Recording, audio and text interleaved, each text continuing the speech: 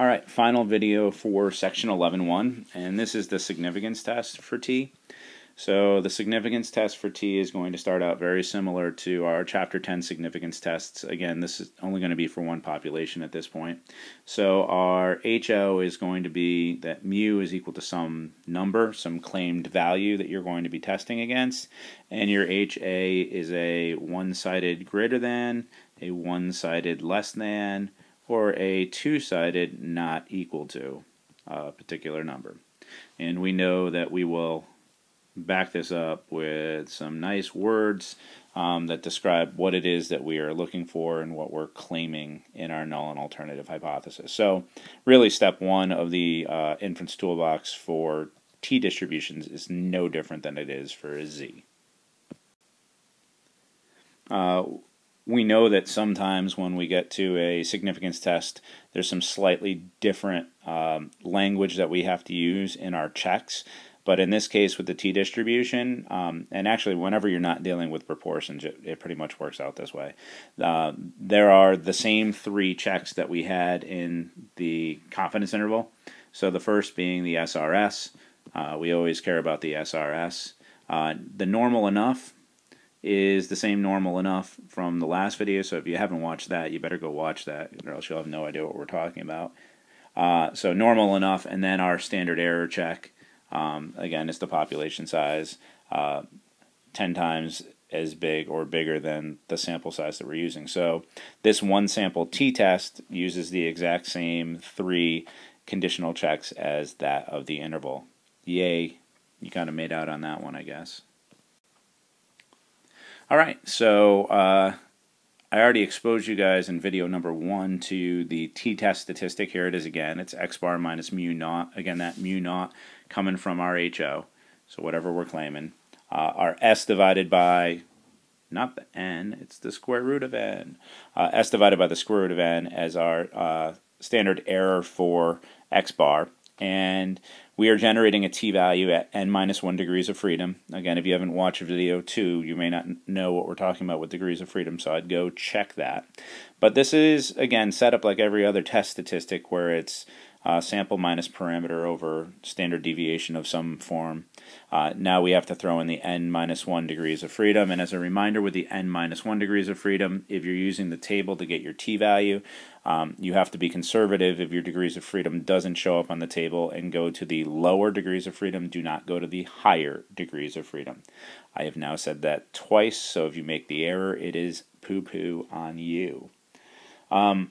When you generate your t-value, so you stick your numbers in place and you get your t-value, we are going to be looking to generate a probability of t, let's just say in this case, greater than or equal to that particular number. We'll assume it's a greater than alternative.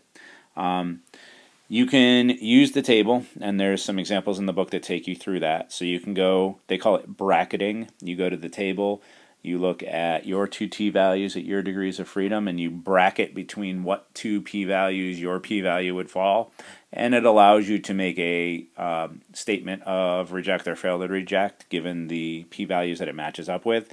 But I know that you guys will get very, very bored with that. So on your calculator, much like there is normal CDF, there is TCDF, which is the cumulative density function for the t-based statistic. And it only has three inputs, which are lower bound, upper bound, and degrees of freedom. Because again, t-distributions are sample size based. They don't care what your mean and standard deviations are. They just care how many degrees of freedom you have, and they will generate a value for you. This is located in the same location as normal CDF, so if you want to pull out your calculator and try it, you can. I'm just going to do an example here.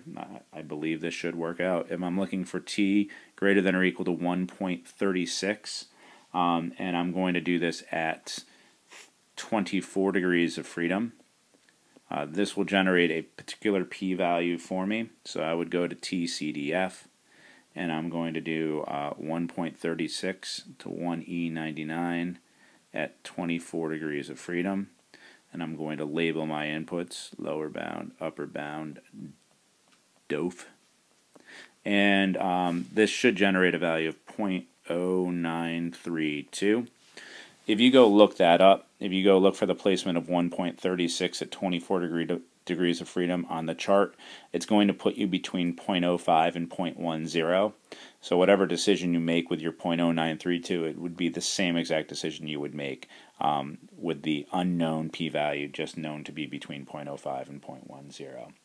So there is how you were going to get your p-values. I'm assuming at this point you haven't played around with your one sample t-tests on your calculators. Yeah, right. Obviously, your one sample t-test will give you the p-value of 0.0932 also. So you can go ahead and use those. Just make sure that you show the general setup of the general formula for t, your probability statement, and you have to make sure you state your degrees of freedom. If you don't state your degrees of freedom, you're going to have problems. And when I say problems, I mean scoring problems, because t greater than or equal to 1.36 in the t distribution means absolutely nothing if you don't know how many degrees of freedom you're doing it at. There are infinitely many probabilities that match up with that statement, so you need to have the degrees of freedom listed. While I'm here, I'm not even going to generate another slide for the conclusion, because I think you know what the conclusion is going to look like. Again, a p-alpha relationship in the problem as to whether or not you reject or fail to reject.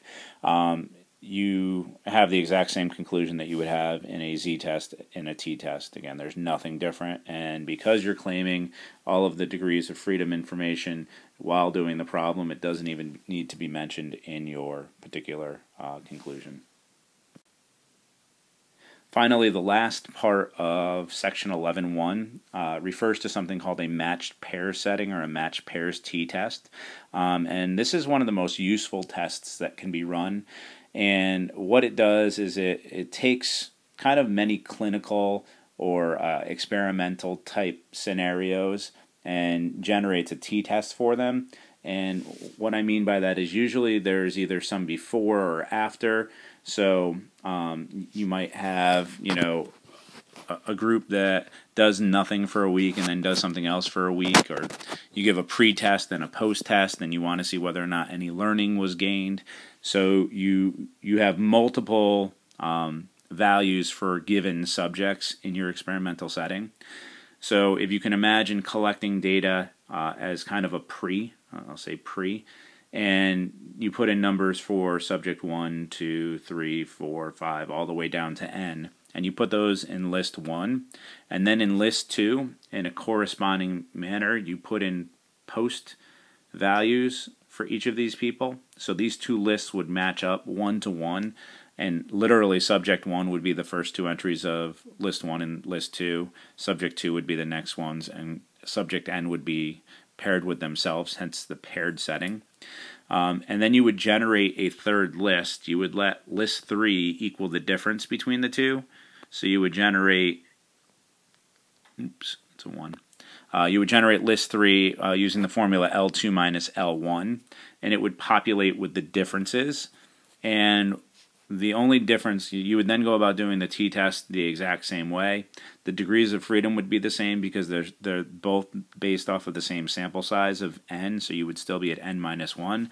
The only difference is that your null hypothesis is that the difference, mu sub d, is equal to 0. So you're going to claim that there's no difference, and your alternative is going to be, whatever you believe it to be. So let's say that we believe that the difference is greater than 0.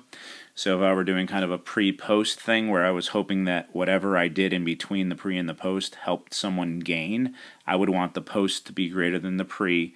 Therefore, L2 minus L1 should generate values that are positive, and that would match up with my alternative hypothesis of mu sub d being greater than 0.